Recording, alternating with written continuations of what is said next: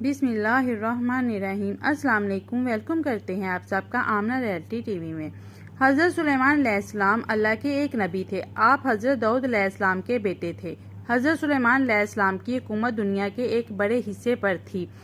حضرت سلیمان علیہ السلام کا سلسلہ نسب یہودا ابن یعقوب سے حضرت ابراہیم علیہ السلام سے جا ملتا ہے۔ آپ کم عمری میں ہی تخت نشین ہو گئے۔ اللہ پاک نے آپ کو حضرت داؤد علیہ السلام کی طرح منصب نبوت سے بھی نوازا اور ساتھ ہی وسیع ملک و سلطنت بھی عطا فرمائی۔ حضرت سلیمان علیہ السلام کی حکومت انسانوں کے علاوہ جنوں، انس، شیاطین، چرندوں، پرند اور جانوروں پر بھی تھی۔ علماء کرام نے آپ کی حکومت 750 سال لکھی ہے۔ آپ کو بہت سارے معجزے بھی عطا کیے گئے، مثلاً آپ جانوروں کی بولیاں سمجھ سکتے تھے، آپ ہوا پر قابو رکھتے تھے اور آپ کا تخت ہوا میں اڑتا تھا۔ جن اور شیاطین آپ کے غلام اور خادم تھے۔ مسجد اقصیٰ کی تعمیر میں انہی جنوں نے دور دور سے پتھر اور سمندر سے موتی نکال کر لایا کرتے تھے، جن سے بیت المقدس کی تعمیر ہوئی۔ اس کے علاوہ آپ جنوں سے اور بھی بہت سے کام لیا کرتے تھے۔ اللہ پاک نے قرآن میں فرمایا ہے کہ اور ہم نے سلیمان علیہ السلام کی آزمائش کی اور اس کے تخت پر ایک جسم ڈال دیا، پھر اس نے رجوع کیا۔ سورۃ 7۔ اس آیت میں اللہ پاک نے حضرت سلیمان علیہ السلام پر آنے والی ایک آزمائش کا ذکر کیا ہے۔ علماء اور مفسرین نے اس کی مختلف وضاحت اور تفسیر کی ہے۔ ایک آرا کے مطابق سلیمان علیہ السلام کی ایک غفلت کے نتیجے میں آپ کے تخت پر اللہ پاک نے شیاطین کو مسلط کر دیا تھا۔ ایک آرا کے مطابق حضرت سلیمان علیہ السلام کی ایک غفلت کے نتیجے میں آپ کے تخت پر اللہ پاک نے شیاطین کو مسلط کر دیا تھا اور کچھ عرصے کے بعد آپ سے حکومت چھین لی گئی۔ واقعہ یوں ہے کہ حضرت سلیمان علیہ السلام نے کسی جزیرے میں واقع ایک شہر سیدون پر حملہ کر دیا، کیونکہ وہاں کے بادشاہ کے فتنوں کے متعلق آپ کو خبر پہنچی تھی۔ اس جنگ میں حضرت سلیمان علیہ السلام کے لشکر کو فتح یاب ہوئی اور اس بادشاہ کو قتل کر دیا گیا۔ مال و غنیمت کے طور پر اس بادشاہ کی بیٹی بھی سلیمان علیہ السلام کے سامنے پیش کی گئی۔ بادشاہ کی بیٹی مسلمان ہو گئی اور حضرت سلیمان علیہ السلام نے اسے نکاح کر لیا۔ نکاح کے کئی عرصوں بعد بھی وہ اپنے باپ کو نہ بھول سکی اور وہ اس کی یاد میں بہت غمگین رہا کرتی تھی۔ حضرت سلیمان علیہ السلام کے حکم سے جنات نے اس کے باپ کی شکل کا ایک بت بنا دیا۔ وہ اسے دیکھ کر ہی اپنا دل بھر لیا کرتی تھی۔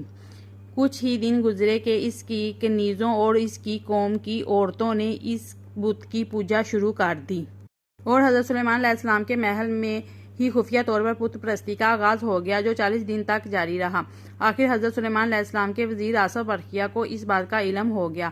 اس نے آپ علیہ السلام کو اس خفیہ عمل کی خبر دے دی۔ آپ علیہ السلام بہت ہی برہم ہوئے اور غصے میں آ کر اس بت کو توڑ دیا۔ آپ نے اس عورت کو سزا کے طور پر اپنے محل سے نکال دیا اور شہر بدر کر دیا اور سجدے میں گر کر اللہ پاک سے معافی طلب کرنے لگے، لیکن اللہ پاک نے آپ کی اس غفلت کی وجہ سے ایک آزمائش میں ڈال دیا۔ دراصل آپ کے پاس ایک انگوٹھی تھی جس کی وسادت سے آپ جنوں انس پر حکومت کیا کرتے تھے۔ ابن اسحاق اور امام سیمی کی روایتوں کے مطابق یہ انگوٹھی چاندی کی تھی۔ اس کا نگینہ آسمان سے آیا تھا جس میں یاقوت پتھر چڑھا ہوا تھا۔ اس انگوٹھی پر اسم اعظم گندا تھا اور ایک حدیث کے مطابق حضرت محمد صلی اللہ علیہ وسلم کا اسم مبارک بھی لکھا ہوا تھا۔ یہ انگوٹھی آپ کی نبوت اور حکمت کی علامت تھی، جس طرح موسیٰ علیہ السلام کا عصا مبارک تھا۔ اس انگوٹھی کے ذریعے آپ امور حکومت بہت ہی اچھے سے چلاتے تھے۔ اسے آپ کبھی بھی خود سے الگ نہیں کرتے تھے۔ جب آپ قضائے حاجت کے لیے جاتے یا اپنی بیویوں کے پاس جاتے تب ہی اس انگوٹھی کو اتارتے، اسے اپنی سب سے بھروسے دار کنیز امینہ کے سپرد کر دیتے تھے۔ ایک دن آپ جب قضائے حاجت کے لیے جا رہے تھے تو اس انگوٹھی کو امینہ کے حوالے کیا۔ کچھ دیر بعد ایک شیطان جس کا نام سخر تھا آپ کی شکل میں امینہ کے پاس آیا اور وہ انگوٹھی لے لی۔ انگوٹھی کا اس کے ہاتھ میں آنا تھا کہ حضرت سلیمان علیہ السلام کی ساری طاقت و قوت اور اقتدار اس شیطان کے قبضے میں آ گئی۔ آپ علیہ السلام کو اب کوئی نہیں پہچانتا تھا۔ آپ لوگوں سے یہ کہتے کہ میں سلیمان بن داؤد ہوں تو لوگ یقین نہ کرتے اور آپ کا مذاق اڑاتے، لہٰذا آپ سمجھ گئے کہ یہ اللہ پاک کی طرف سے آزمائش ہے۔ آپ تخت و تاج چھوڑ کر شہر سے باہر نکل گئے اور روزگار کی تلاش میں نکل پڑے۔ آپ علیہ السلام نے ایک ماہی گیر کی ہاں نوکری اختیار کر لی۔ آپ روز اس کے لیے سمندر سے مچھلیاں پکڑ کر لایا کرتے تھے، جس کے بدلے وہ آپ کو 2 مچھلیاں دیا کرتا تھا۔ یہ سلسلہ 40 دن تک جاری رہا، اتنی ہی مدت جتنی کہ آپ کے محل میں بت پرستی ہوئی تھی۔ آخرکار اللہ پاک نے آپ کی توبہ قبول فرما لی۔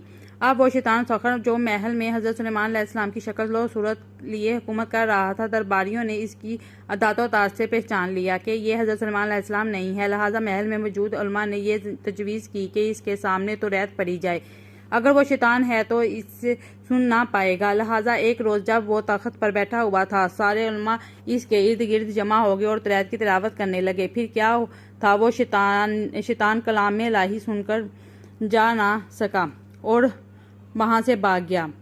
جاتے جاتے اس نے وہ انگوٹھی سمندر میں پھینک دی تاکہ سلیمان علیہ السلام کو وہ انگوٹھی کبھی نہ مل سکے، لیکن تقدیر میں کچھ اور ہی لکھا تھا۔ اس انگوٹھی کو ایک مچھلی نے کھا لیا اور حضرت سلیمان علیہ السلام اس دن جب مچھلیاں پکڑنے ساحل پر گئے تو جال میں وہ ہی مچھلی پھنس گئی۔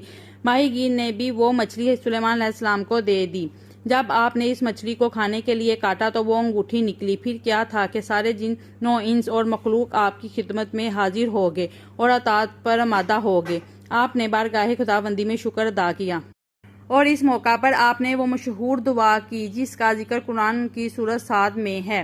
دعا یہ ہے: اے میرے پروردگار، میری مغفرت فرما اور مجھے ایسی بادشاہت عطا کر جو میرے بعد کسی کو بھی میسر نہ ہو۔ یہ اہل تشیعوں کے مطابق یہ انگوٹھی بعد میں آنے والے نبیوں کو منتقل ہوئی اور نبی صلی اللہ علیہ وسلم کے ذریعے حضرت علی کو ملی، اس طرح اولاد علی کو منتقل ہوئی۔